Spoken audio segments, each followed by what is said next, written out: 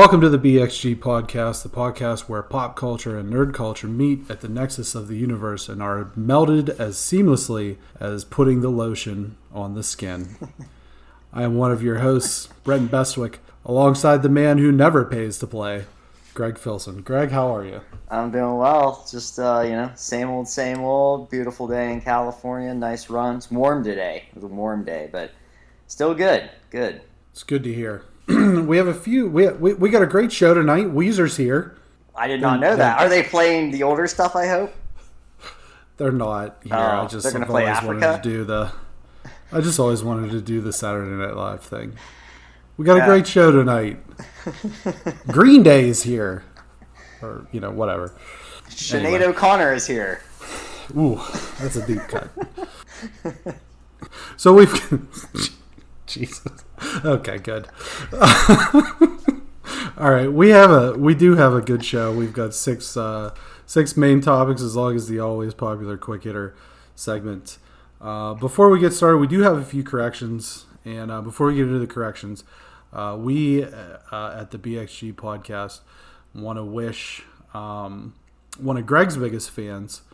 My mother-in-law had a pretty serious surgery yesterday. I don't want to get into the nuts and bolts of all that, but we want to wish her a speedy recovery. Oh, yeah. F cancer. Yeah. Okay, so corrections. Greg stated that Eddie Van Halen played the guitar track for Michael Jackson's Bad when it was actually Beat It. And then I referred to Jimmy Butler acting like a tyrant in a scrimmage with the Heat, and Greg did correct me and say it was with the Timberwolves, but I wanted the record to show that I acknowledge my mistake. I like how we acknowledge our mistakes on this show, by the way. I think that's good. Yeah, well, nobody's perfect. Okay, listener inquiries. Tyler M., a.k.a. Bob Sacamano, wrote in just like you can to the BXG podcast at gmail.com, or by messaging us, sliding into our DMs, shooting us a text. Tyler asks, does the digital PS5 have more hard drive room than the disc version? And how can you manage the hard drive space? The answer to that question is no. They have the same exact hard drive space, 865 gigabytes. And then once you account for operating systems and things like that, it drops down to about 625. I believe. I could be wrong on that. How do you manage that if you're all digital, like I plan to be? You can always get more hard drive space. That's one thing. Is it's upgradable to accrue or account for a larger hard drive. The other thing is just keep an eye on your levels, and a lot of my games right now, I'm all digital, are smaller. There's some big beefy space eaters like Red Dead Redemption 2 takes up 115 gigabytes. The Last of Us is like 76 gigabytes. But then the game I've been playing, Castlevania Requiem is like 2. So if you have the smaller games, it's not really an issue. And if you're really one of those guys that only buys like 3 or 4 games a year, it shouldn't be that big of a deal either. John K. writes in and asks, when will you cover the lyrical stylings of Troy Hudson? Never is the answer. No, I don't think that's going to happen ever, unless things really get bad. Troy Hudson, of course, was a forward for the Minnesota Timberwolves. I looked it up. He does have five rap albums, including 2007's Undrafted and 2020's Rewind. So Troy's been active. T-Hud is his street name. I looked it up too. Didn't listen, but I did look it up. That wasn't gonna. I don't know. There's too much other things. Right, other than Troy Hudson. Okay, let's get into the main topics. Number one, although we said we would not talk too deeply about sports, a major sports champion has been crowned amidst the COVID pandemic. Inside the bubble in Orlando, the Los Angeles Lakers defeated the Miami Heat in Game 6 in a Game 6 beatdown for the ages. Finals MVP LeBron James won his 4th title and his 4th MVP. Anthony Davis his 1st title. It's also worth mentioning Dwight Howard gets a ring. Rajon Rondo now has a title with the 2 most storied franchises in the league, the Lakers and the Celtics. And J.R. Smith was shirtless before the final buzzer. How are things out there in California where all this is kind of going down? Where I live, it's, people love, they root for the Lakers. There's not a lot of anything going on. In LA, there were riots down by the Staples Center. They actually closed off some exits to get to the Staples Center, but people don't care. They're going to make their way there one way or the other. I've been in Pittsburgh for Steelers championships, and people find a way. It was great. I didn't get to watch it because I was at work, but I came home and watched the rewind. And But I watched the rewind. The game was over very early. There was more action post-game. I watched more of the post-game than I did of the actual game. So the post-game was incredible. Caruso was shirtless. That's how crazy it got. Here's the thing, and we're both big sports guys, and I got to witness very closely the 2016 championship with the Cavs. I'm going to make the case that this is LeBron's most impressive title. Yeah, I would agree. I mean, even though AD's his best teammate, I'm going to say that. I've heard other people say it. I just want to make sure I'm saying it too. Because he does do everything at both ends. I mean, there's nothing really else there. And what LeBron did when he really put the hammer down, it was crazy. It's the best numbers he's put up in the finals.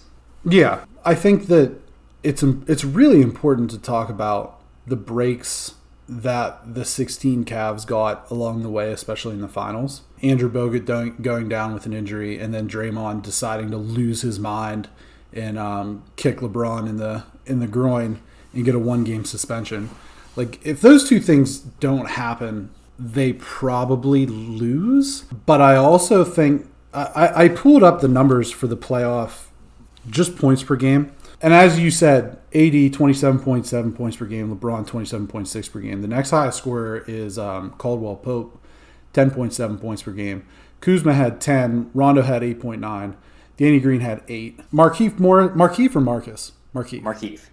Yeah, and Dwight Howard were like negligent as far as scoring goes. Even the rebounding statistics for them weren't that impressive. Caruso 6.5. If you go over to the Cavs, 2016, you have LeBron 26.3, Kyrie 25.2, Kevin Love 14.7, but also getting almost 10 boards a game. Tristan Thompson 6.7, almost 10 boards a game. After that, it kind of falls off. Davis is better than Kyrie, especially on the defensive end. But after that, the cupboard's pretty bare. And when you factor in the fact that in like 2 months, LeBron's going to be 36. 2 triple-doubles, I think, at least 2. Yeah. Just even if you look at the teams that they beat on the way to the finals, Portland, Houston, Denver, Miami, versus Detroit, Atlanta, Toronto, and then Golden State. Obviously, Golden State's 73-9 team. Detroit's best player was Reggie Jackson. They didn't even have Blake yet. That's crazy. It's crazy. That tells you how the East was, though. Yeah, the East was terrible. I mean, Detroit's best player was Reggie Jackson. They made the playoffs. Right, as the 8 seed, maybe even the 7 seed. No, I think they were the 8 seed. Atlanta had that team that was one of those teams that's sort of like, greater than the sum of their parts, with like Jeff Teague and Al Horford and Korver and those guys. Toronto had Lowry and DeRozan. Those other guys hadn't really come into their own yet, or weren't even on the team yet. Golden State, obviously, the 73-9 team. The thing about that Golden State 73-9 team is, like, to me, that this is going to sound crazy. They're so overrated. I know that's wild to think of as a 73-9 team, but I just feel like they are so overrated. Winning in the regular season was like of the utmost importance to them for some reason, and I think that they got pushed in the conference finals by the Thunder. They got pushed, obviously, to the brink by the Cavs. I just think that was a team that was like a little bit ahead of their time in terms of like shooting all the threes and everything like that. But even the Cavs shot a ton of threes with Kyrie and J.R. Smith and Shumpert and Jefferson and Channing Frye and those guys. But looking at the teams that the Lakers beat, Portland, I don't think anybody legitimately thought that the Trailblazers were going to beat the Lakers. But Damian Lillard was playing out of his mind coming into the playoffs, and they did steal a game. Houston has Harden and Westbrook, and their whole thing with them shooting a ton of threes. Denver looked great against the Clippers. Denver beats any of those teams that Denver, Houston, probably even Portland beat any of the teams that Cleveland played in the East in 16. Yeah, I agree. I mean, I think that point about the Warriors is pretty strong. I've always kind of felt that way. I feel like, it's like the Bulls 72-10 team. I grew up a Bulls fan. That team was really, really good. Great team, and they ended up winning the championship. But the 92 Bulls team was my favorite, and I think, I was like 7, I was 8 when they won, and I remember watching that series, and like that team was completely dominant, just destroyed teams, and that was MJ still like really in that athletic prime. Obviously, he had a different kind of prime in that second run, but I think it kind of goes in that same thing, and the only difference was the Bulls were able to pull it out and the Warriors weren't. But also kudos to LeBron in that series, because, that's just what he did what they did is incredible, but I still agree that this was, I think, also with the bubble environment, that's weird.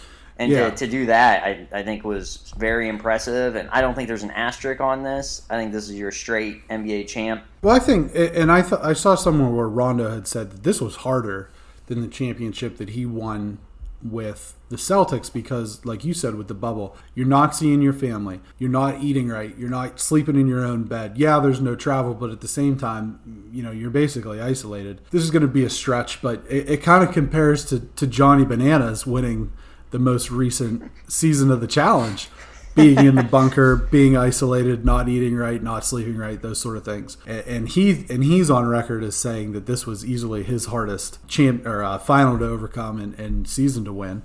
So let it be known that LeBron and Johnny Bananas are basically the same person.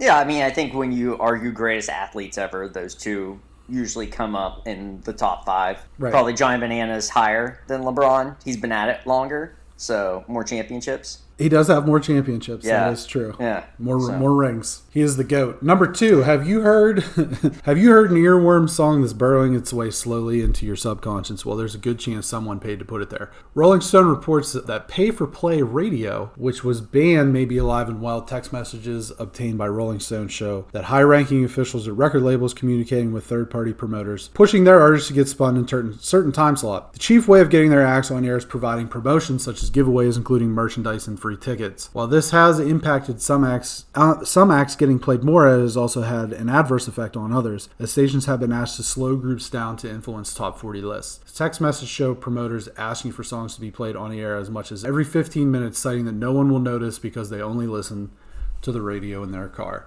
Is this kind of messed up? It's super messed up because I'm confused that people listen to the radio. That's the thing that kind of threw me, that it's still that important. I mean, the only time I have listened to the radio in the past 2 years, I was listening to a baseball game. And that's because I was driving where I didn't have really good internet, so I was able to pick up an AM station and listen to a baseball game. I'm surprised because I feel like I'm in the older, end of this thing of not, listening to the radio. People, grew up with that and everything. But yeah, it's still super messed up that people are paying to get your song on the radio to become an earworm, to become catchy. And I know that there's got to be, the higher up you are, the longer you are, the more money songs make and everything like that. But I'm just confused that it's still a thing. I really am. Do you drive a lot? Yeah, I mean, California, you drive a decent amount. I mean, I drive to work every day. It's, it's a 15-minute drive to my one job, 10 minutes to the other. I just pop songs I want to hear. I want to listen to John Mayer. I want to hear Continuum for the 1,000th time. And I listen to new music I just find it myself. And you go on to, Apple Radio and it's like songs for you because you like stuff. This music's curated immediately for me. And if that were the thing where they were paying for stuff like that, maybe that's part of stuff like this too. I don't know. That would be really messed up if songs curated for me are getting paid for and they're not even curated for me, which sometimes I am a little shocked, but I also go all over the dial, as it were, in my actual, what I like music-wise. I drive enough, and, when you could actually go and do things, drove to LA usually once every couple weeks, and that's a good drive back and forth. So I listen to stuff a lot, and I just have podcasts on in the background generally, so...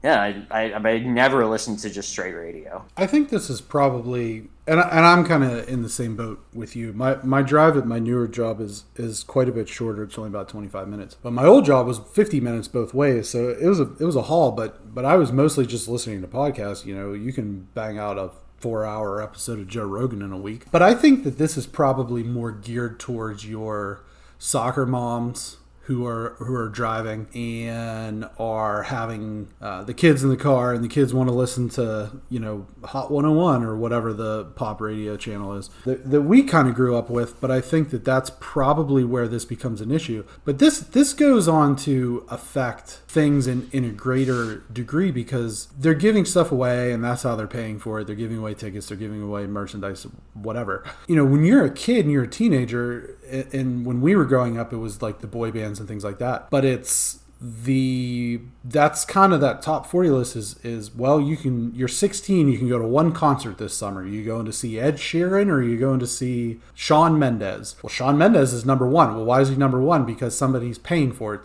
paying for him to be number one. That was one of the examples in the article. And if you want to check out the article, search rollingstone.com, pay for play radio text. It should pop up. That was one of the examples that somebody had said, play Shawn Mendes every 15 minutes because no one will notice, and we need to slow Ed Sheeran down. And I think that's probably from a while ago, because I don't think Ed's had an album here in a year or two. But, it's prescient in the fact that it does kind of, you can kind of make or break somebody's career that way. That's crazy. I mean, you're not going to, with those two, that seems super odd. I mean, Shawn Mendes he's gonna have hits. Ed Sheeran's gonna have hits. I feel like it's weird for me. It's not somebody that's a little lesser known, because reading that article too, there were a couple things that a couple people I've never heard of or bands.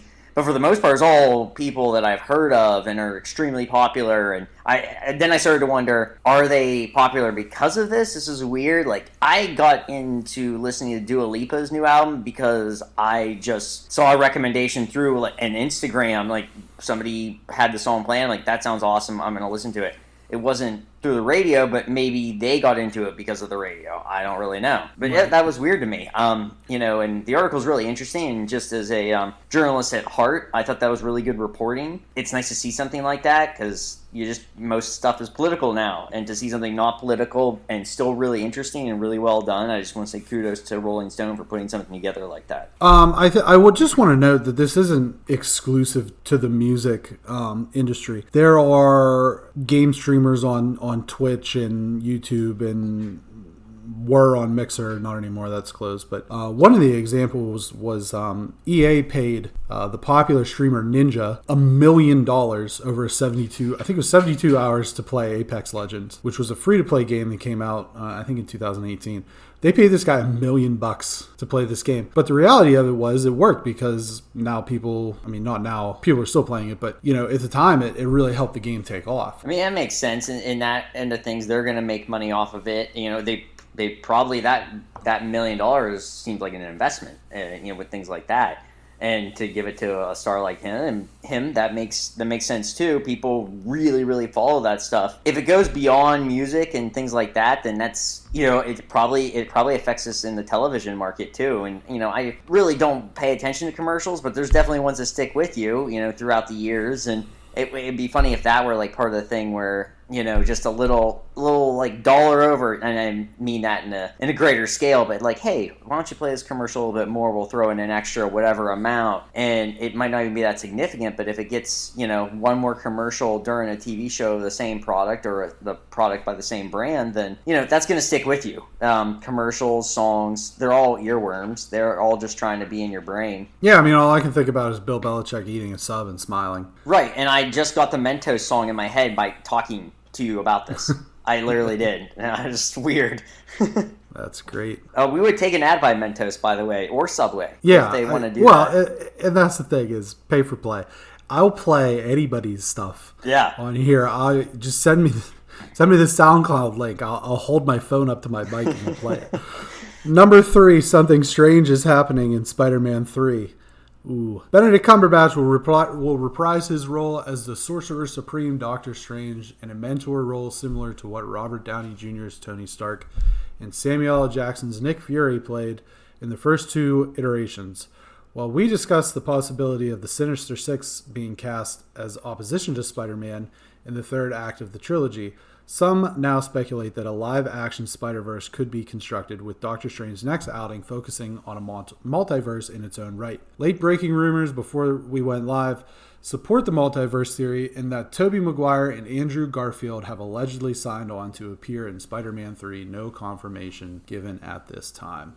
So we can't stop talking about Spider-Man. Well, we both love Spider-Man. That's probably part of why we're friends. And also, if this happens and this goes this direction, and Tobey Maguire and that would be, and Andrew Garfield, I would love that. I think that would be just very tongue-in-cheek, and very much where this Spider-Man is kind of going, with a little bit more of the humor and not taking itself so seriously. And I'm for it. And Doctor Strange, if we're venturing off into different worlds, that can be fun. I mean, I think Marvel has to go a different direction. So if this is a direction, I'm okay with it. I like the Sinister Six direction too. I don't know if I have a favorite right now. I wish I could have both movies. That would be great. And I'm okay if they want to go, either direction. Well, I guess my question is like when is too much? When is too much spectacle? When is too much going on? When do we have too much Spider-Man? When there's just, it seemed to me like Avengers Endgame and Avengers Infinity War, there's so much going on, especially in Endgame.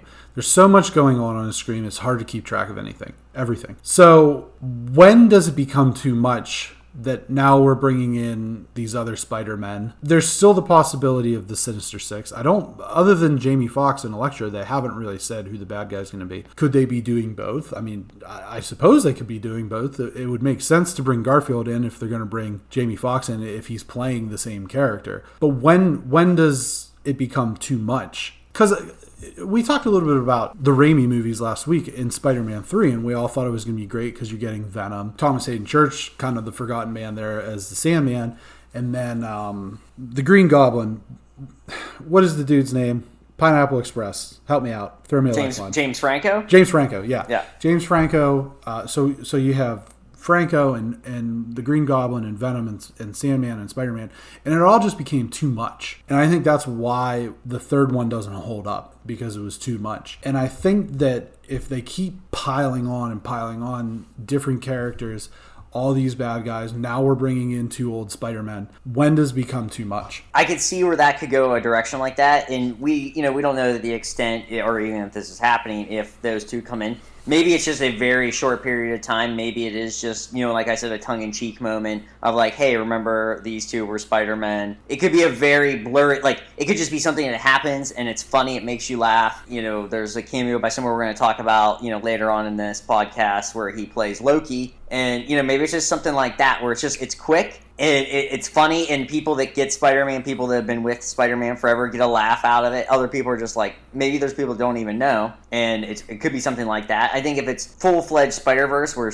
these 2 are really part of it, then yeah, I agree that could become too much. But if it's something where it's more of like, hey, we're just trying to give all the fans of these Spider-Man movies that have stuck through it the past 20 years a little tip of the cap, maybe that's what they're doing. I just don't. I think that would be ideal, especially with the whole Doctor Strange thing, because I don't think that Doctor Strange is not going to be in this as a cameo. He's going to play a role, right? And if he's playing a role, and this is coming after Multiverse of Madness, then that's going to be part of it. And so my concern lies in, okay, they're bringing in Jamie Foxx, and he's going to be Elektra. And again, you said we don't have confirmation that these 2 have signed on to do this, but I don't think that if we're bringing in Doctor Strange, who's doing multiverse stuff, and we're bringing in Elektra from the Garfield movies, and we're bringing in Garfield and Toby, it's going to be more than just a wink and a nod. I do think that having it be just a wink and a nod would be the best thing to do. I think that I even heard that they thought about doing that with Into the Spider-Verse, which I think would have been the better move. I'm starting to get nervous. I'm starting to get a little bit nervous that this is just kind of spiraling out of control, and if they don't get a handle on it and they do add all this stuff that they're playing with fire, and we could see the first Marvel movie, and it would be a big deal because it's Spider-Man, they could kind of go off the rails a little bit. So I am a little bit nervous, but at the same time, like you said a few episodes ago, in Marvel we trust. Right, and I was just going to say, until they give me something I dislike, that's the thing. And, I even with, Thor into the Dark World, not my favorite, but, it's still more watchable than a lot of other superhero movies that that have come along in the years. And until you give me a bad Spider-Man, I'm gonna keep going with it. And I think these guys can figure this out. They've done a great job so far. And even with what you said with Infinity War and Endgame, a lot going on. I still love them. There's nothing, I still they're great, and they're spectacle, and that's what they're meant to be. And I think that tied all that together. Obviously, that was the intent. But at the same time, when you're doing it on a smaller level, with a one character movie, it's I just think you're playing with fire. We'll see. I'm sure in the coming weeks and months we'll get more information. I know Tom Holland is hard at work on the Uncharted movie that nobody wants. Number 4, in more bad press for Sony, backwards compatibility for PS5 has finally been explained, as the list of games that will not be compatible from the PS4 to the PS5 have been revealed. If you're looking to play any of the following titles on your shiny new console, you will be out of luck. Those titles include DWVR, Afro Samurai 2, Revenge of Kuma Volume 1, TT Isle of Man Ride of the Edge 2, Just Deal With It, Shadow Complex Remaster, Robinson the Journey, which is a PSVR game, We Sing, Shadwen, Joe's Diner, and Hitman Go Definitive Edition. Sony also added other titles may experience errors or functionality issues, but did not disclose that list of titles. It's worth noting that several of the first-party development teams took to Twitter over the weekend to confirm that their titles would be fully backwards compatible, including Sucker Punch with Ghost of Tsushima and Naughty Dog with The Last of Us Part 2, the Uncharted series, and the Jack series. This is they had said that 99% of the games would be forward compatible from PS4 to PS5. This is the list of games that are not. Of that list, I can think of 3 that are really notable. I mean, not to take a dump on the other ones, but Shadow Complex, Robinson the Journey, and Hitman Go are pretty notable games, so that's interesting that they won't be moving forward. But I don't really think this is a big deal. It's just more bad press, and we're going to talk about, how that's really impacted Sony, but it's just another week with, bad press for them. It's weird. It just we're still talking about this, and it's still nothing super positive. I am intrigued by the game Joe's Diner. Are you just working at a diner? Is that the game? I'm not really sure. I wish it was just you work at a diner, and that's the concept of the game. I'm going to tell you, and this has nothing to do with this conversation, but I'm going to tell you about a game, and I don't know if you have 2 controllers or not, but it's a couch co-op game, and you should play it with your girlfriend. I don't know if she plays games or not. It's really easy to pick up. It only has 2 buttons. It's called Overcooked, and there's a sequel, Overcooked 2. It will make you scream at each other. I've played it with my wife. I've actually played it with my 5-year-old son because, like I said, it's 2 buttons, so he can do some things. It's just rage-inducing and trying to communicate. And basically, again, I don't know what Joe's Diner is. I'd have to take a peek at a trailer to give you a better idea. But with Overcooked, you're given like a very simple recipe at the top of the screen. Make onion soup. You have to take onions to the cutting board, chop them up, put them in the soup dish. The soup pot, serve them from the pot to the people, clean dishes. It's a whole process. Look up a trailer for it on YouTube. I'm telling you, it's got to be cheap. I think it's probably like $15. Download it. It's a digital game. It's an all digital game. Download it and play it. It will. Listen, if you can make it through a round of Overcooked, then that relationship's going to stand the test of time. Okay. I mean, I think I've actually heard of this game. Now that you mentioned it, I think somebody else in my time has brought that up, and they said basically the exact same thing, that it's rage-inducing and you're just screaming. That sounds awesome. Joe's Diner, I looked it up, not what I was hoping.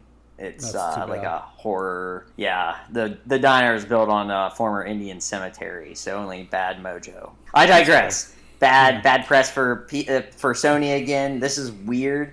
A company that I felt over the years just seems to be really well run and does things mostly the right way, just keeps having bad press. I mean, what is going on? Does it give you any concerns for PS5? We're gonna touch on that in a little bit. It does. Nothing that I don't think that they will that they're not going to be able to weather the storm here a little bit. I will say of that list, Hitman Go, I kind of wanted to mess around with the only game that's really on there that I'd ever really wanted to mess around with is Robinson the Journey, which is a PSVR game. I've just been waiting for it to be on sale. It seems to never go on sale. So at some point, maybe I'll pick it up and play it, and we'll see if it's worth anything or not. But it doesn't really matter. I'm going to keep my PS4 on the off chance that I wanted to play one of these games. I'll still have it lying around. It's not going to be that much of an inconvenience for me. That was going to be my other point too. Like, why it is bad, people are just going to keep their PS4s. It's like when I got a Super Nintendo, I saw it on my Nintendo. You couldn't take your Nintendo games and play them in your Super Nintendo. So yeah, it's kind of... Some people are going to trade their systems in. You should never trade your games in. Don't ever trade your hardware, but right. Some people will do that. Number 5, Universal Studios is set to open Universal Super Nintendo World at Universal Japan. The theme park will feature locations from Mario's history, including World 1-1 of Mario Brothers, Peach's Castle, and Bowser's Castle. The parks will come to Japan and then move to the United States at a later date. Have you seen these? No, I'm excited. I actually didn't want to see them until we actually talked because I wanted to have an instant reaction. So I'm actually gonna look it up right now while we're doing it because I really wanted to have an instant reaction. What I'm hoping are pipes that just transport me all around, and that's what I was looking for. Here we go. Oh man, wow, Mario, let's go. Yeah, there we go. There's Mario. He's super excited. This is super.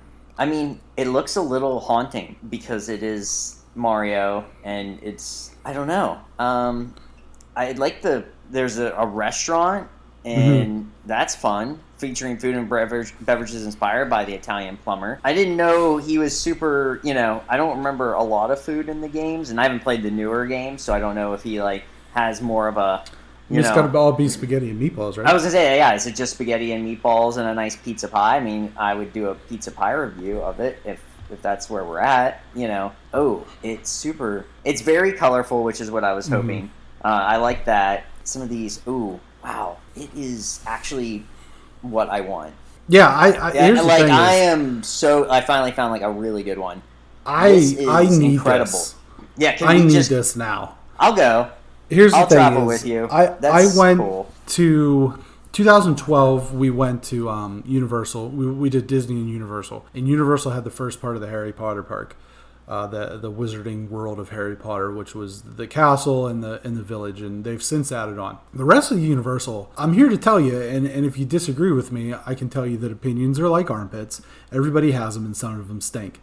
And if your opinion is that the rest of the Universal park isn't trash, your opinion stinks. Because it's trash. There was nothing else cool. There was a lame Jurassic Park thing. There was a lame Rocky and Bullwinkle thing. There was a third-rate Marvel thing, which I'm pretty sure they can't have anymore since Disney owns the rights to it. Universal needs something like this to compete with Disney, especially in Orlando. But it's so freaking cool. Oh looking. my gosh! Like Bowser's castle. Yes. Oh my gosh! Do you get to face Bowser? Does he throw fireballs at you? And you? There's probably some safety. I'll sign a waiver. Yeah. And when you go to Princess Peach's castle, I assume she's not there, and they tell you to try. Yeah, I would hope so. Yeah, that would be wow. I mean, I was scared because the first one I looked at was just Mario punching the sky, and you only saw a little bit of the background. Oh my gosh. Yeah, I need. Where are they going to put this in the U.S.? Are they going to put it in L.A.? I would imagine Florida? they'll put it in. I think they'll put it in both. In both? Okay. I didn't know if they There's enough space because the one in Orlando has two parks. There's the regular one which doesn't have. It has the new Harry Potter thing and not a lot else. They took Jaws down. That's where the new Harry Potter thing is. And then the old park is Harry Potter, and there's some Cat in the Hat stuff. And some, like I said, Rocky and Bullwinkle, Jurassic Park. They could do some really cool stuff with Jurassic Park. I don't know if they have. It's just that the difference between going to Universal in Orlando and going to Disney World is so stark. Everything is clean at Disney. Everybody's happy to be there. The workers are happy making their crappy minimum wage, but they're happy that they're there. And the people at Universal are just freaking miserable. They're so unhappy. They don't want to be there. They're just the people who couldn't get jobs at Disney. That's what Universal is. There's Universal needs something to compete in some way to draw more people. I mean, Harry Potter's huge, but at the same time, Harry Potter, the popularity in general is sort of petering out. J.K. Rowling is saying crazy stuff online, and that's rubbing people the wrong way. And they just need more. Universal needs more, and this is, this could be the shot in the arm that they need. If they built this, the next time that we go, I'm going to Universal Studios because I need this in my life. I haven't gone to Universal Studios down here yet. One of those things that hasn't happened. You see it every time you drive to LA. You can't avoid it. The whole park is visible from the road, which is cool, and it's cool to see that. You can see the castle or Wizarding World of Harry Potter. You can see everything there, and you can see a few other things, but I will be there opening day for Mario Brothers. I mean, just give me a shot of nostalgia right in my arm. I mean, it's and what it looks like and what it can be like, and just, I mean, I'll be giggling nonstop while I'm walking around because I was like, this is what I want. And if I can turn into a fox that it becomes a stone, I want to do that too. Or get a raccoon tail and make you fly. Raccoon, no, that's it, raccoon. Sorry. Yeah. I will say that Universal has a better Halloween thing. Magic Kingdom has the Mickey Not So Scary. I mean, it's geared towards children, obviously. I will say the cool thing about the Mickey Not So Scary Halloween party is that they give you full-size candy bars on the treat trail, which, as a fat guy, you know how excited that made me. So excited that I had to buy another carry-on piece of luggage. Meanwhile, Universal has, since they have so many popular horror IP, they're able to do some really cool adult stuff with the Universal Fright Nights. The year that we went down there, it was Walking Dead. We didn't go because it was just an outlandish price, and we had already paid so much for Disney. And then just having the day at Universal. But to be able to do Walking Dead or have like actual Mike Myers or Freddy Krueger or Jason or whatever is a big deal. So their Halloween stuff's really cool, but I think on a day-to-day basis, they just need something other than Harry Potter that's going to draw people to the parks. You think Halloween version of Mario is Wario? No. Or is it Dr. Mario? And it's just a bunch of pills. And it's just like an opioid thing. No, that's not that. Remember Dr. Mario, though? Yeah. No. I have it's the forgotten Mario. Listen, man, Mario's been in a lot of crap. Mario was in Donkey Kong. That's right, yeah. That's where he was at. The original Mario is a brick breaker. Most people think that, Super Mario, that's the original Mario. It's not. Mario. Do you think he had two jobs, and then when he decided to just go strictly plumbing, that's when he became Super? I suppose. Yeah. Well, you choose one career, and then you're going to be better at it. Yeah. Jack of all trades, master of none. I'm trying to think of what else Mario has shown up in over the years. He's the referee in Punch-Out. He's obviously had all of his own sports games, soccer, tennis, what have you. Super Smash Brothers. Do you remember Mario Brothers, the TV show, the live action? Oh, yeah, with Lou Albano? Yeah. Yeah. That was incredible. I've actually shown a couple. I think it's on either Netflix or Hulu. I've shown a few of the episodes to my son, and he's like, I don't like this. And I can't necessarily say I blame him. And then the Mario movie. Yeah, we don't talk about Lest that. we forget. Yeah, we don't talk about that. John Leguizamo as Luigi. I think Bob Hoskins was Mario. That's it. And weird. Who was Koopa? I might have to look it up. It was like a real actor. I want to say it was James Caan? No, I almost want to say it was Anthony Hopkins. Nah, that doesn't sound right. I'm looking it up. If there's tell some jokes while I do this. Well, I think the thing is that with the Dr. Mario scenario is that you could have pills filled with like Starburst. That'd be fun, and get addicted to candy that way. I really am hoping there is a little Dr. Mario world kind of thing. Maybe that is where that's the where if you get sick, you go in and it's Dr. Mario. That would be cool. I will say that Dr. Mario is on the NES Classic, and I'm really good at it. I remember being actually like weirdly good at it too. Dennis Hopper. Dennis Hopper. Yep. Wow, played Koopa. That's funny. Yeah. That movie is so weird. I don't know. Samantha Mathis played Daisy, so they went the Daisy route instead of Peach. Why do you think they did that? I don't know. Anyway, because before the Peach emoji, so it wasn't anything weird. It was just. Yeah, sure. I don't know. It's whatever. That movie's garbage. Speaking we are talking about it. Yeah. Speaking of Nintendo and garbage, more news for the Big N, but not quite as rosy as the Universal Parks. Switch users have been experiencing what is known as Joy-Con drift now for quite some time, in which the analog joysticks move about on the controllers of their own free will, falsely inputting movement. Nintendo had been offering free repairs for drifting controllers, but the pandemic has shut down several Nintendo plants that were providing the service. This has led to a mother and her actual child who, as a minor, is abbreviated in the court proceedings, and they are suing the house that Mario built for a whopping $5 million in damages, alleging the Japanese gaming giant did not disclose information about the product that would have changed the value of the product. This is not the first time an actual child has sued Nintendo, as a 9-year-old also filed a complaint against Nintendo in Major League Baseball for a baseball game that did not meet his expectations in 1990? Wow. I imagine that hot coffee is involved here somewhere. I want my cafe latte. And I mean, the kid didn't win in 1990 for the baseball game. No. I can't imagine. No. And then Nintendo gave us Ken Griffey Jr.'s home run baseball, which was incredible, and nobody complained about that. I don't care if it didn't have players. It had Butch Davis and it had Ken Griffey Jr. and that's all you needed. And Albert Bell was Frank Liberty. Yeah, Frank Liberty. Yep, exactly. That game was incredible. Best game without actual players that still represented the actual league of baseball ever. Okay. That's really narrow. I went super narrow. I can't think of any other ones that do. Yeah, it might be the only one. I don't know. Who's to say? But it's also correct. I'm looking this up on Amazon. Joy-Cons cost $42 on Amazon. I mean, it's Prime. It is Prime Day, so that might be a thing. $80 for non-Prime crap. So they're probably $80. Either or, they're not 5 million. That's for, right. That's I guess for that's damn mental sure. distress. I guess if it's mental distress, drifting controller. That's a good. I like that as a fantasy football league team.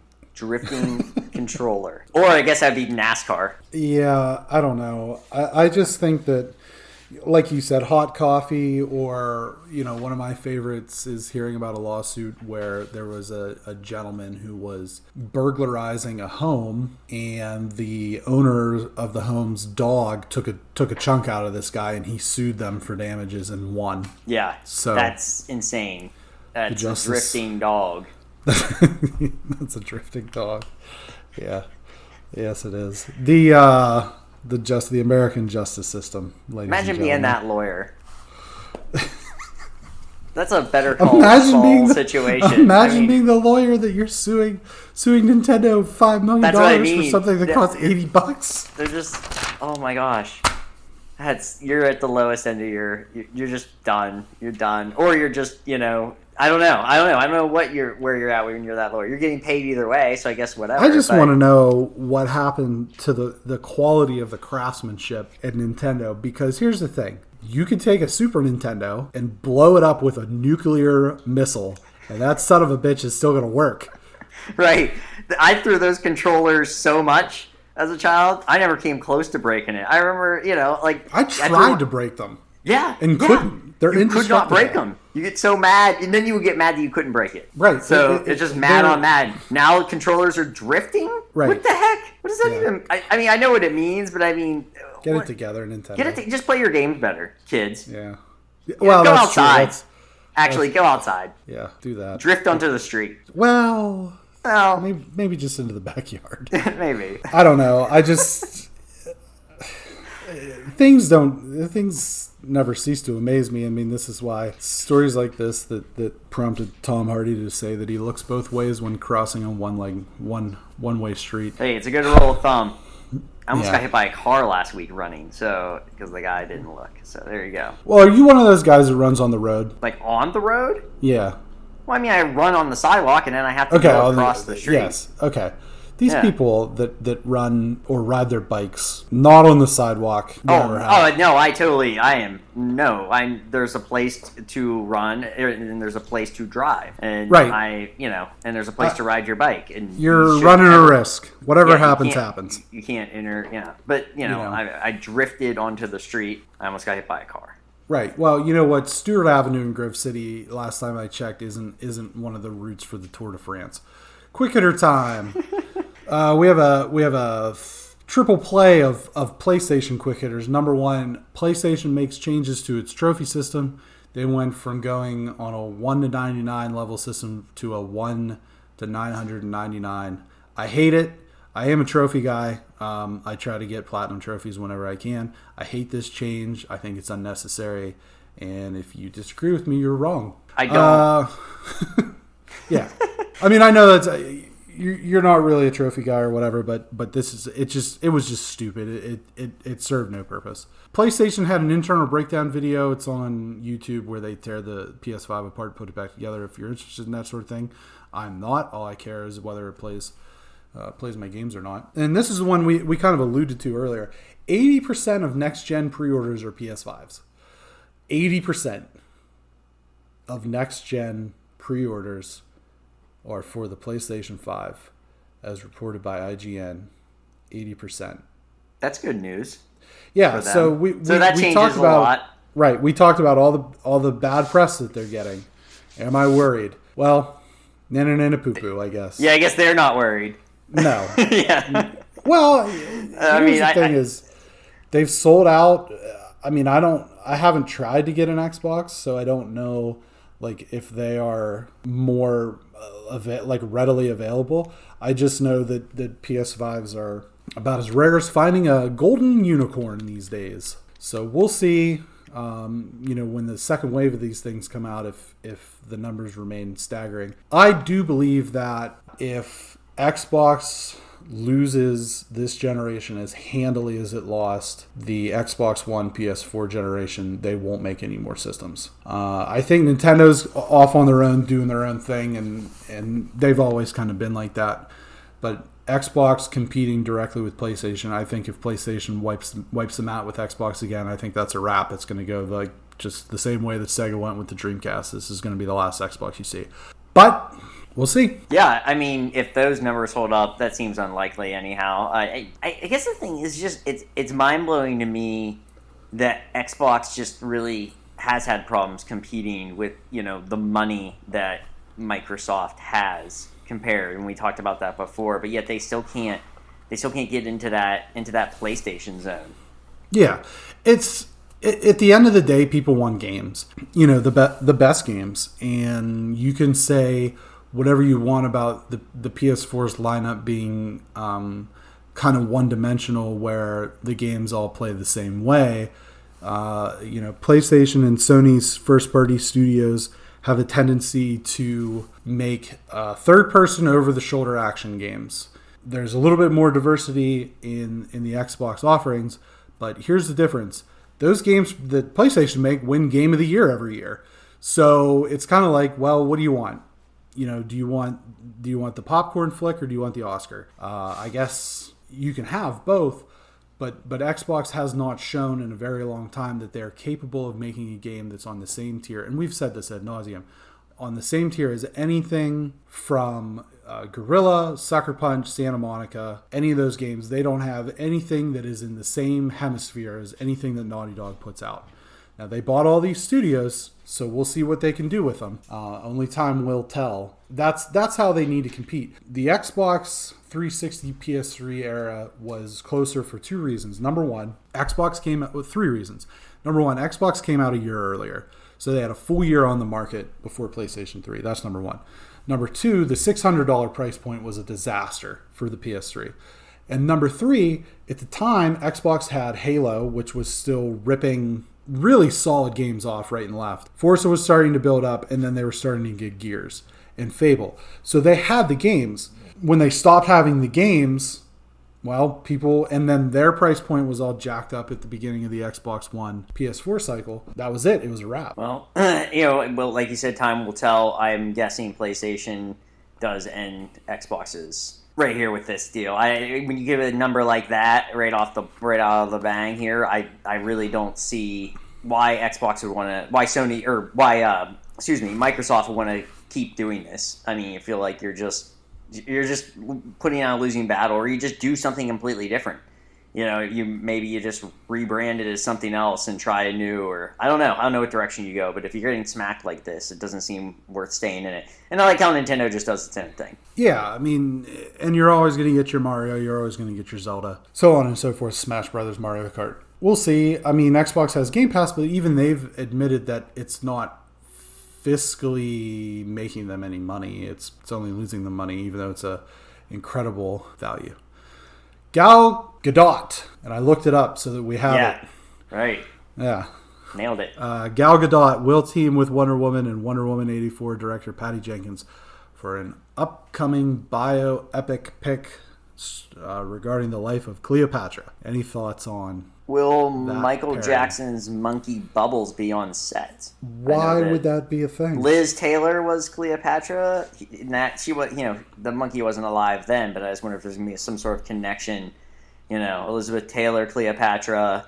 Maybe that's how you kind of build that. Maybe that's how she gets inspired. I feel like Bubbles the monkey. There's a lot of reaches in Bubbles that. the monkey. I just think maybe I just wanted to get a Bubbles the monkey reference.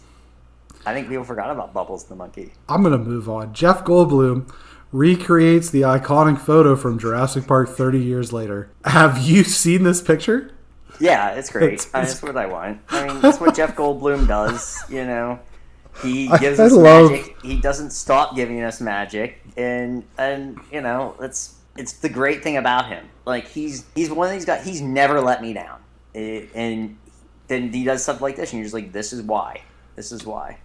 Here's the thing is, I think somewhere along the line, Jeff Goldblum just started playing Jeff Goldblum. Yeah, and that's fine. Yeah. It's good if you own something like that. It's kind of like how Tom Cruise is just Tom Cruise in every movie, and I'm fine with that because I love action Tom Cruise. I love funny running Tom Cruise.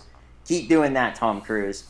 Give me that. Jeff Goldblum, keep being Jeff Goldblum. And I have a story about Jeff Goldblum. All right, hit us with it. So when I went on vacation to Los Angeles, it was in Whole Foods in Hollywood. I think it's probably just getting a beverage or something. I don't know. It was hot. I see a man running with fruit. Like really in a almost sprint out the door. And I look and I go, that's Jeff Goldblum. So then I post something on social media and one of our friends said, I said, I just saw Jeff Goldblum. And what his response was he running with a bag of fruit? So I don't know how our friend knew this, but it was incredible. And it's how I always remember it because he had the glasses. He's very tall. He's a lanky guy. Sure. And it was incredible. It was, it was just, he's running with a bag of fruit out of Whole Foods. Is there a better stutter than Jeff Goldblum's? Not that I can. Like, just thinking him as Ian Malcolm. And there it is. There it is. You're just waiting. You're just waiting for it. Like, he's just getting you ready. He's oiling you up for the show. Right. He's great, and I think that we need more Jeff Goldblum. And Jeff Goldblum in Thor Ragnarok was very, very funny. Yes.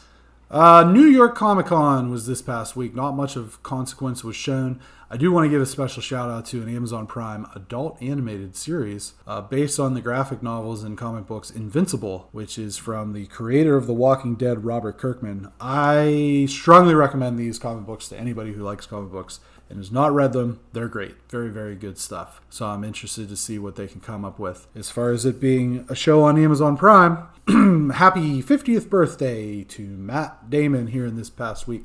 What is your favorite Matt Damon role / movie? On the series end, it's The Talented Mr. Ripley. That's one of my favorite movies just ever. I love that movie. I can't get enough of it. I watch it once every year, and I think it's one of those ones that people sort of forget about every once in a while. The movie's creepy. It's fun. It just, there's singing and dancing. There's Jude Law just being Jude Law, and it's young Gwyneth Paltrow. It's fun. Oh, and you get Philip Seymour Hoffman.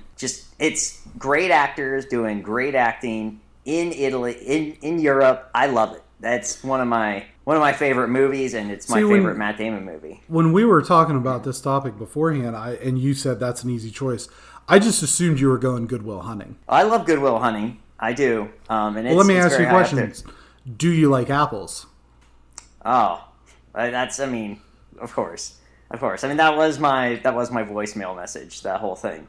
That's true. I forgot about that. Yeah. It was, yeah. So I do love that movie. I mean, Matt Damon is one of my favorite actors for sure. He's, he's had some lows, but when he goes high and does some good stuff. I mean, he's in those Ocean's movies. Of course, with Brad and George, but his role is so good. He's so funny, and he's one of our legends. We were talking about this before. I think the funniest Matt Damon thing is him playing, and he's accredited as actor Loki in Thor Ragnarok, which is the second Thor Ragnarok, reference. But when in the movie, when Loki's having a play put on for himself when he's disguised as Odin, Matt Damon, it's one of those blink and you'll miss it things, but Matt Damon plays the version of the actor who's portraying Loki. I just think that that's hilarious that they got him, and I believe Liam Hemsworth is playing Thor in that same play, which is also funny. My favorite Matt Damon movie, I would say my favorite. You know what? I've seen that. It's actually not that bad. No, it's probably Saving Private Ryan. Now, he's not the star of that by any means. That's Tom Hanks. So I'll say that that's my favorite Matt Damon movie. But my favorite role is probably Mike McD in Rounders. Yeah, that's good. I honestly think you could pick pretty much any Matt Damon movie. Mystic Pizza, good movie. I like him in Dogma. Yeah, where he actually plays Loki, the Angel of Death. Right. Which is, there we go, all full circle. But it's weird. You could pick a lot of Matt Damon movies, and you can make your case, and I'm probably not going to argue with you. He does everything. Interstellar. He does everything.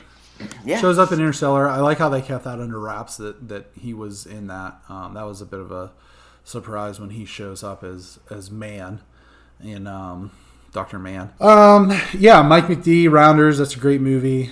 The Jimmy Kimmel stuff's funny. Yeah. All good stuff. Yeah. Now I will say The Good Shepherd sucks. I'm not a fan of that movie. I remember seeing it. I don't really remember a lot about it. Yeah. My dad and I saw that, and we were like, "What did we even just watch?"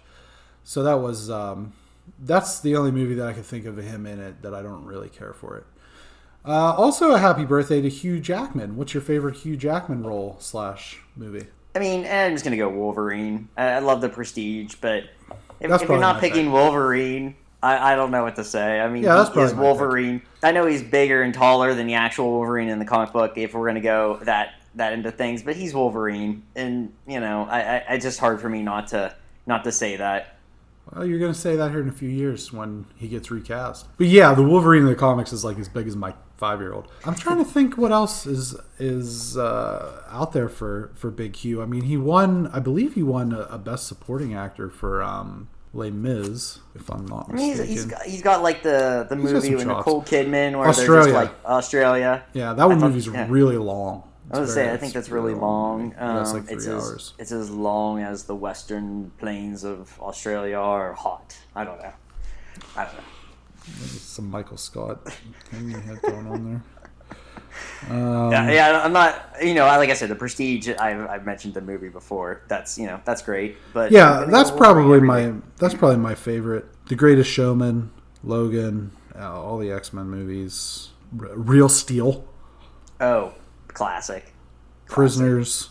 Nothing really. He hasn't really worked his way into our heart. Happy Feet. I like his like battle in quotes there with Ryan Reynolds too. How they go back and forth. He does a commercial for Ryan Reynolds' coffee thing. Have you seen that commercial? I have seen that. Yeah. Great commercial. Great. Yeah. Great commercial. Happy 11th birthday to Uncharted 2 Among Thieves. This is, in my opinion, Uncharted 1 Drake's Fortune is a great game, but Uncharted 2 Among Thieves is really what put Naughty Dog on the map as far as being the best of the best of the best of the best. So happy 11th birthday to Uncharted 2. The Buffalo Bill Silence of the Lambs house is up for sale. You buying that house? Does the well come with it? No, that was part of the thing. Is there is no well. What the heck? I noticed it's actually just outside of Pittsburgh. Is it really? And it's a low price of $269,000. I did do some a little research. It's like Periopolis or something. Coriopolis. No. It's got a crazy kind of name, and no well. That's sad. I have a fun fact because I wanted to go into this. Did you know that Hannibal Lecter? The inspiration was a gay Mexican doctor named Alfredo Balle Trevino. And he spent his latter years actually helping the poor to try to amend for his sins of being, a crazy person. He died in 2009, and that was from the UK Times. So how about, just want to throw that little thing out there for you. How about all factoid? That? That's a lot. Yeah, well, it's kind of heavy. I think that's what we're here for. A little factoid here and there, a little Chianti and fava beans. It puts the lotion on its skin. Do you want to know what the best, the best thing? There was a Sheets ad, somewhere along the lines, and This was the ad. Okay, it puts the mayonnaise on the bun. That's incredible. And it's funny because that just slipped past so many people as to what that is a reference towards. Is the mayonnaise in a basket? It puts the mayonnaise on the bun. Oh, man. I love it. Yeah. It's so good. The Sheets guy, that's good work. That's good work by the Sheets slipping that by. PR team. Okay. The big Ghost of Tsushima update is this week. The Legends co-op mode is going to be added, as well as New Game Plus and a handful of other features. I'm pretty excited about this. I'll have to re-download the game, though, as I had deleted it off my console after obtaining the Platinum Trophy. So we'll see about that. What are you watching, listening to, all that fun stuff? I decided to jump into new music just because I got to keep up with the kids. I listened to the Blackpink album. Actually, it's good. Selena Gomez, my girl, she is on it. A song called Ice Cream. Talk about an earworm. That thing's gonna get in there. That'll wiggle its way in. Like ice cream. Yeah, exactly. Maybe it's not about ice cream, or maybe it is. No, it should be. Yeah, watching. I'm still watching the Great British Bake Off. It keeps me going. It keeps me hyped. It's a nice way to unwind. In the middle of the week, my week, which is Friday, not the end for most people. Yeah, baseball playoffs. I'm in on that, and just kind of getting a little nervous because when baseball's over, we'll just have football and not sports on every day. Well, for like a month, and then we get basketball back. No, basketball won't be back until next year. When's it coming? I thought it was coming back in December. No, last I heard is maybe February. Oh wow. Yeah, I guess we'll get some college basketball. Who knows how that'll work? But I'm a little nervous for that little time period without sports. Unless COVID just keeps football every day because there's a football game on tonight, Tuesday. So maybe we'll just have NFL games every day, and I'll have something. What do you think about how everything's been handled with the COVID thing with football? I think they plan things poorly. Yeah, I don't think they were actually ready. I don't think they thought it was going to happen to them. Yeah, I think that the smartest thing would have been to say, all right, this is the season. Week 9, everybody gets a bye week. And this isn't your regularly scheduled bye week, but this is everybody gets a bye week. And then if there's any makeup games, you slot them there. Yeah. I literally just thought of that. Yeah, and it sounds good to me. He's like, here, you have this, anything. Maybe you just make it a 20-week season and you have 2 of these additional breaks. No one cares if the Super Bowl is the first week of February or it's the last week in May. Everybody's going to still watch the Super Bowl. Right. It's like the NFL on this end, which is its problem sometimes, it's not going away. And they know that. No matter what, it's going to get ratings. It could go up against the NBA Finals, and it just destroys the NBA Finals with still the most. LeBron James is more recognizable than any NFL player, in the world. He still gets destroyed by the NFL on just a week 4 game. So that's what the NFL does, and because it's so powerful, it literally does not care that it doesn't handle these situations well. It doesn't handle any situation well. No, I see they're talking about. Right. I see. Yeah. I see they're talking maybe doing a bubble for the playoffs, and we'll see. I just think that they, like you said, they thought that this wasn't going to be a thing for them, that their policies and procedures were going to carry them through. But you saw in baseball how things, with the Marlins and the Cardinals at the beginning of the season, and then the 2 bonehead Indians pitchers that were. They didn't test positive, but they broke protocol. And that's my question is, you kind of have these big name guys like Cam Newton. Like, how's Cam Newton getting COVID? What's he doing? Right. But that is my question is what are these guys doing that are putting them at risk? And we all, peons like you and me that got to go to work every day. We put ourselves at risk, but at the same time, I think that we take precautions. I mean, I wear my mask and I wash my hands all the time, and I social distance. I've been social distancing for 36 years, so that's not anything different for me. Right.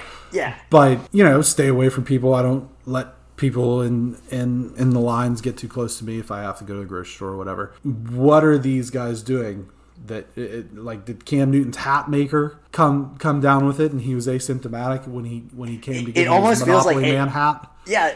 What's funny is that is a joke, but it almost feels like that is the most real situation. It's something stupid like that where it's just like these guys, designer or just whatever, somebody they normally are just around had it and didn't know, and then boom, I got this guy with COVID, and now I'm around him, and he went out and did something. It might not even been. You don't have to do anything stupid to get it. You can just have something happen, and you don't have to be partying to get it. That's right. But all it takes is one thing, and then it just gets transmitted. And I just don't think I actually don't think the NFL cares. I think they're just like, we'll just get through this, whatever. If we have to play 25 weeks, we'll do it, and it'll be a mess, and we'll go ahead. They don't actually care about protocol because there's so many things we're like, well, fine, and like, well, you got to actually find these people. You got to actually maybe take away draft picks, stuff like that. Actually get after them. Well, I saw that the coaches that didn't wear the mask on the sidelines got fined like $100,000.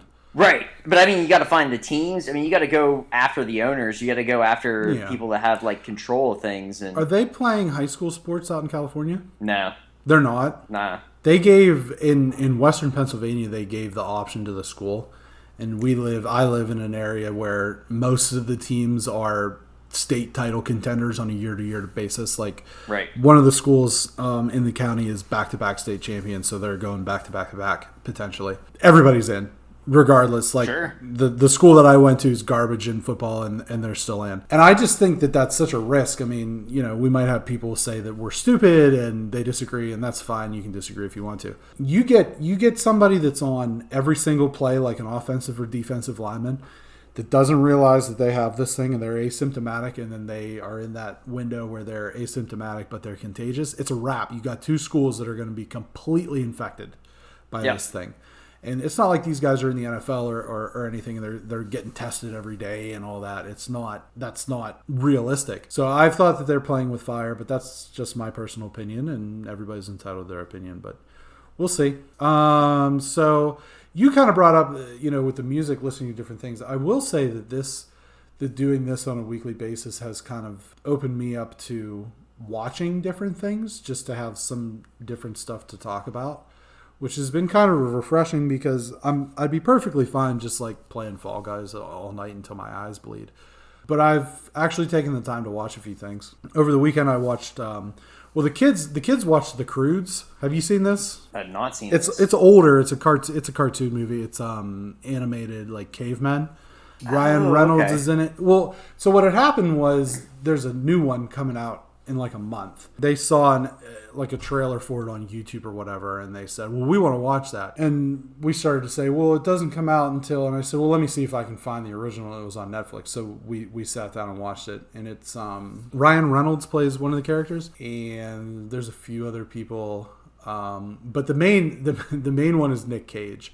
And he plays the dad, and the dad is like vaguely drawn, or I guess animated because it's a CG animated movie, but he's vaguely looks like Nick Cage. And I have this thing about Nick Cage. He's terrible, but I love him. And most of the movies he's in are bad. Now, I will say I really like the National Treasure movies, but mostly because they're sort of spiritual successors to Indiana Jones. And like we talked about the one week, I love Indiana Jones. But Nick Cage's movies are usually pretty awful.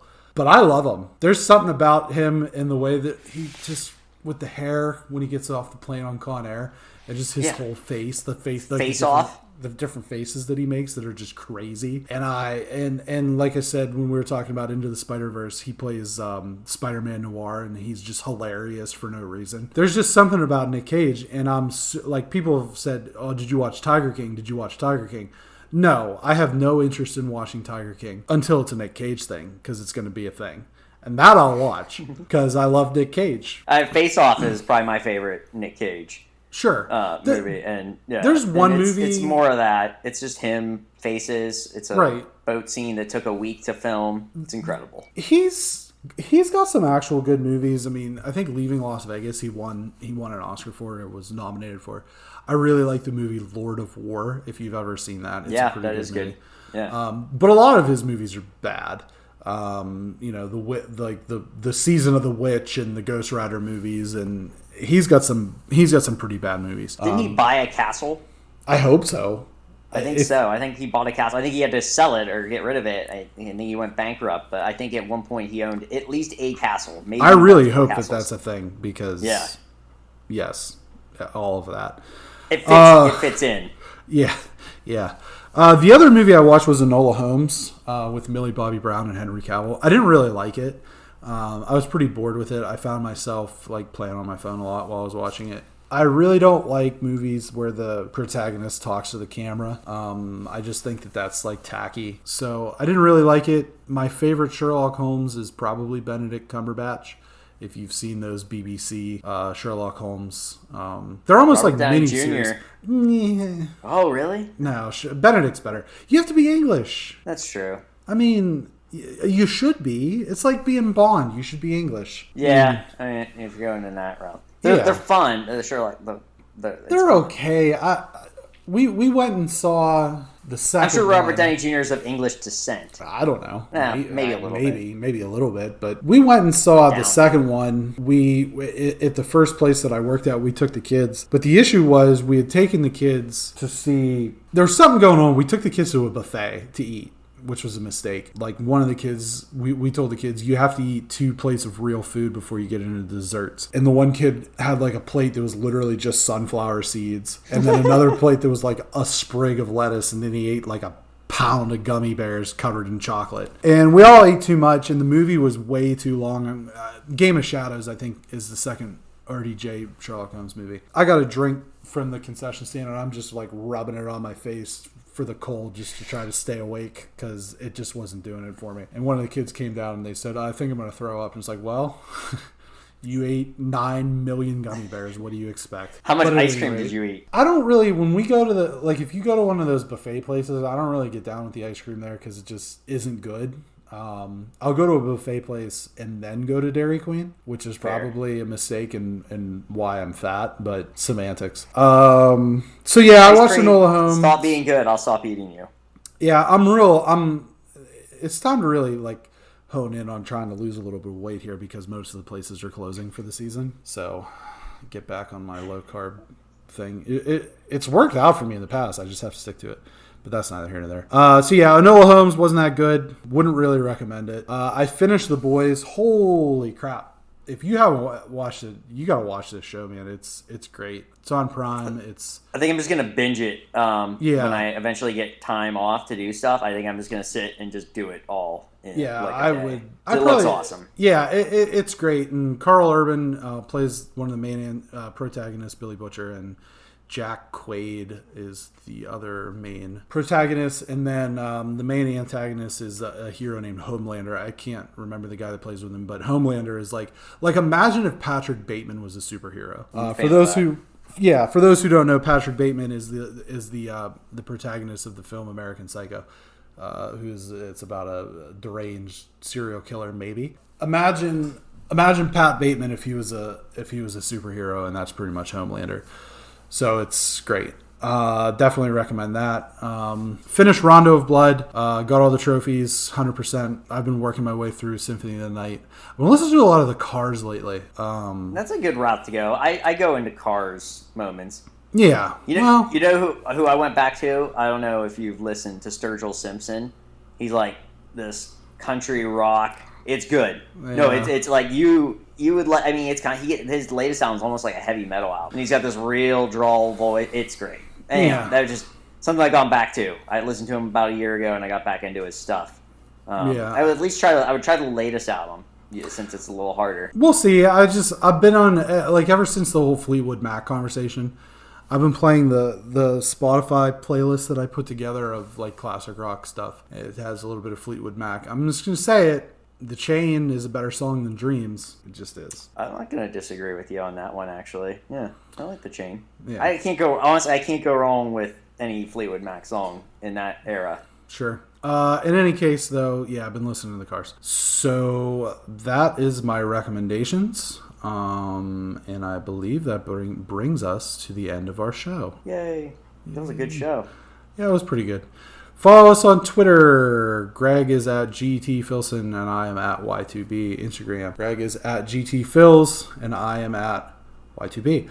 Make sure you subscribe, leave kind reviews, share, recommend, tell 2 of your friends about this podcast, and make sure, as always, to tell your parents about. Tell your mothers. Tell your parents. Yeah, I just want to just end on one other note, Brendan. Just want to point out, was the Mario sweatshirt you're wearing? Was that on purpose? No, I guess not. We did talk about that. No, it's always cold here. It's incredible. So it is. Yeah. So I just want to point that out. Give our viewers. It's Mario. There's really not much else to say. I do have a Mario zip and up. an Anchorman shirt. I have Ron Burgundy peeking through. Yeah. So, yep, make sure you subscribe, like, share, 5-star, recommend, tell your parents. We are planning on still doing the list. Our top 10 albums is going to be coming up. So make sure we'll let you know when that's going to be, so that you can send in your top 5, top 3, whatever you want to do, so you can be part of the experience. Or if you want to take a guess at what ours are, that might be fun too. See how much you know us, if you're friends of the pod. Yeah, definitely. That could be fun. But anyway, we'll post that as far as like dates as to when that'll all be. We want people to get those in. We'll post those on Twitter and Facebook and all that crap. Anything else? No, I'm good. I had a lot of fun as always. All right, take care, guys.